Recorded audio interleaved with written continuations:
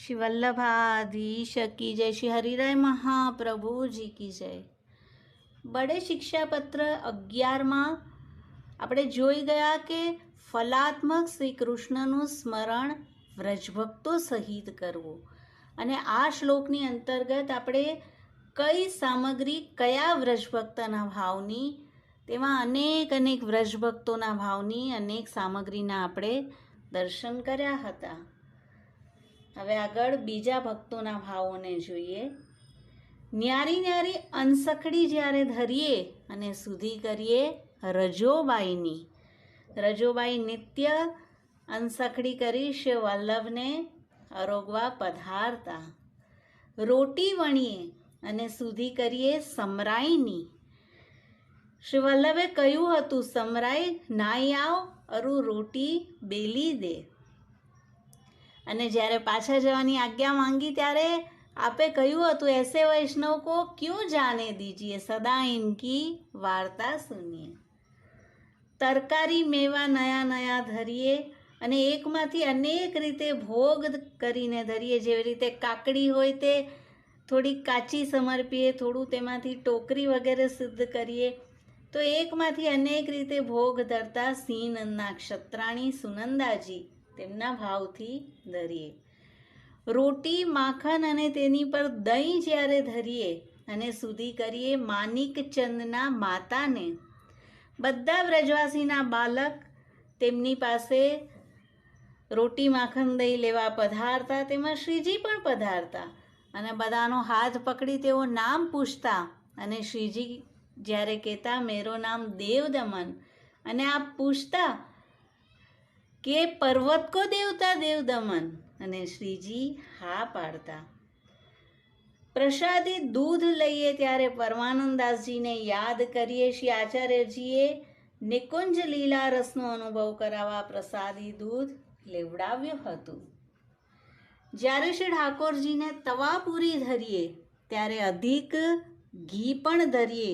વાઘાજી રજપૂતને શ્રી ઠાકોરજી આજ્ઞા કરી હતી કે તવાપુરીમાં ઘી ઓછું છે, અને તેઓ ધરવા માટે પધાર્યા હતા.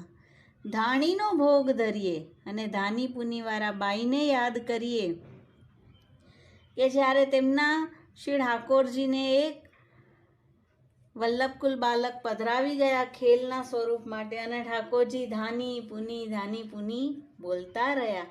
અને જ્યારે તેઓ સૂતર કાંતતા તો શ્રી ઠાકોરજી પુનીની નાના ગાદી તકિયા બનાવી તેના પર બિરાજી જતા. બીડા ધરીએ અને સુધી કરીએ શેઠ પુરુષોત્તમ દાસ ઇન્દુલેખાજીની. 52 બીડાનો નેગ હતો, તો તેમના ભાવથી બીડાની સામગ્રી ધરીએ. પોંકની સામગ્રી ઠાકોરજીને ધરીએ અને એક રજપૂત મહી કાંઠાનાને યાદ કરીએ કે જ્યારે તેમણે પોંકની સામગ્રી ધરી હતી અને અહીંયા શ્રી ગુસાઈજીના દાંતમાં તે અરુજાઈ ગયા હતા. લાડુની સામગ્રી ધરીએ અને શ્રી ગુસાઈજીને સુધી કરે. શ્રી ગુસાઈજીને લાડુ અતિ પ્રિય છે. દૂધના પેંડા, ખોવા, મલાઈ, દૂધની ન્યારી ન્યારી સામગ્રી કરીએ અને મેહા ધીમરને યાદ કરીએ. આપણે ત્યાં ગાયો બહોત હતી અને માટે દૂધની અનેક સામગ્રીઓ આપ શ્રી ઠાકોરજીને ભોગ ધરતા.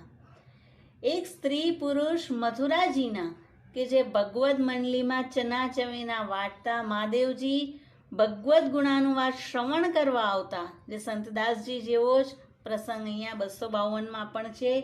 તો જ્યારે ભગવદ મંડલીમાં ચના ચવેના વાટીએ અને સુધી કરીએ એક સ્ત્રી પુરુષ મથુરાજીના. પ્રભુ પાસે ચોપડ ધરીએ અને યાદ કરીએ અજબ કુંવરબાઈને. ચોખા ભેટ ધરીએ અને સુધી કરીએ કુંબી પટેલને. શ્રી ગુસાઈજીએ સામેથી માગીને ચોખા લીધા. તેમાંથી થોડા શ્રી નવનીત પ્રિયજીમાં અને થોડા શ્રીજીની રસોઈમાં પઠાવ્યા હતા. બરા અને ગુડ ધરીએ તો એક બ્રાહ્મણ બંગાળનાની સુધી કરીએ. તેમના બરા અને ગુડ અરોગવા શ્રીજી બંગાળ સુધી પધાર્યા હતા. નિત્યલીલાના આનંદીજી. ઉત્તમ વસ્ત્રના તાકા ધરીએ ત્યારે એક ક્ષત્રિય નાગર રંજનીને યાદ કરીએ. શ્રી ગુસાઈજીએ તેમના તાકા શ્રી યમુનાજીમાં પધરાવ્યા અને તેઓ સોચ કરતા રહ્યા કે હું તો કેટલા સમયથી એકઠા કરીને લાવ્યો હતો અને શ્રી ગુસાઈજીએ આમ જ યમુનાજીમાં પધરાવી દીધા. અને શ્રી ગુસાઈજીએ તેમનો સંદેહ દૂર કરવા તેમની સાથે શ્રી ઠકરાની ઘાટ પર પધાર્યા અને ત્યાં તેમને એવા દર્શન કરાવ્યા કે તે જ વાઘાના વસ્ત્ર ધરીને યુગલ સ્વરૂપ રાસ કરી રહ્યા છે.